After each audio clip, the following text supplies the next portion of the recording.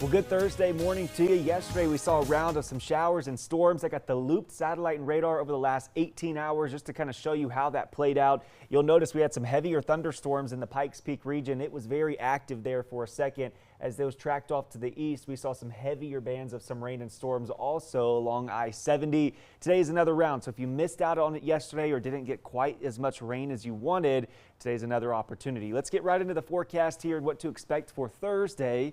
It is 60 degrees outside in Colorado Springs, 65 in Pueblo, 63 in Walsenburg. Nothing too out of the ordinary at this hour.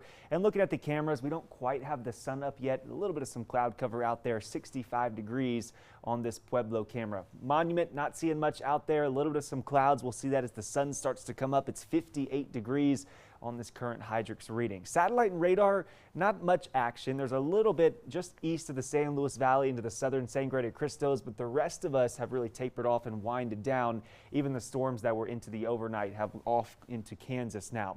Now zooming us out to the national scene, just to kind of show you the why behind the weather and what we'll see for today. We continue to have this high that's situated just to our south and east, funneling in some monsoonal moisture in the mid to upper levels of the atmosphere. But as we go in time for today, there is a little short wave of energy that'll move through. And when I say that, I'm talking about these little kinks in the height lines. That will be the necessary lift to continue to have some showers and storms, even extending further on into the evening and off to the eastern plains as well. This has prompted a heavy rainfall potential, yellow, meaning there could be some flooding out there. This is for the Pikes Peak region, Pueblo County and east towards the plains north of Highway 50. Less rain expected to the southern tier of the interstate, but there could be some localized areas that see a flood or two. So in terms of the stormcast and what to expect, one thing of note is yesterday the models didn't really pick up on the exact location, but they did do well in the overall trend of when the intensity would start to pick up. So that's just something to keep in mind. As we go in time, it's going to be a dry start to the morning, and then we start to get more indication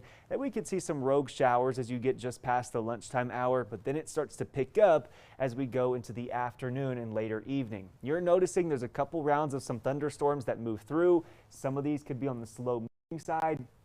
It's one of the reasons why flooding is on the table, because if you get under a thunderstorm that stays put and moves very slowly, that's where a lot of the rain can be dropped. Off to the eastern plains, main timeline is going to be later on into the evening hours, into the overnight, before slowly working its way out of here, and it should be out of our hair by the time we wake up for Friday morning. High temperatures today kind of get a little reprieve. 85 in Colorado Springs, 93 in Canyon City. Really not too bad out there. And with the introduction with clouds and some rain to go with it, the back half of the day likely is not going to feel warm at all. Now, as we go into tomorrow, we'll wake up with some 60s on the board. And then by the time we get to the afternoon, the rainfall potential really favors the mountains. And you can see this west of I-25. So we greatly drop the rain chances, especially east of the mountain and east of the interstate. And we'll be looking at some flooding potential as you head west into the high country. 7-day forecast kind of has a lot going on it. Things of note is that it's going to warm up as we go into the weekend. You're seeing some 100s on the board in Pueblo and Canyon City. Hot temperatures do make a return. Less chances for some rain, but they're still there in terms of some afternoon showers and maybe a thunderstorm. Typical summer-like pattern. And then as we get to the top of next week and beyond, this is when we start to see a little bit more moisture coming into play. This is about 7 days out from now, so we'll continue to tweak and refine that forecast. Same deal here in Colorado Springs, warming into the weekend. As we get to the top of next week and beyond, we do cool off the temperatures, and it does favor more moisture into the extended forecast. Alrighty, that's a check. It's your forecast update. I'm going to send it over to you in sports.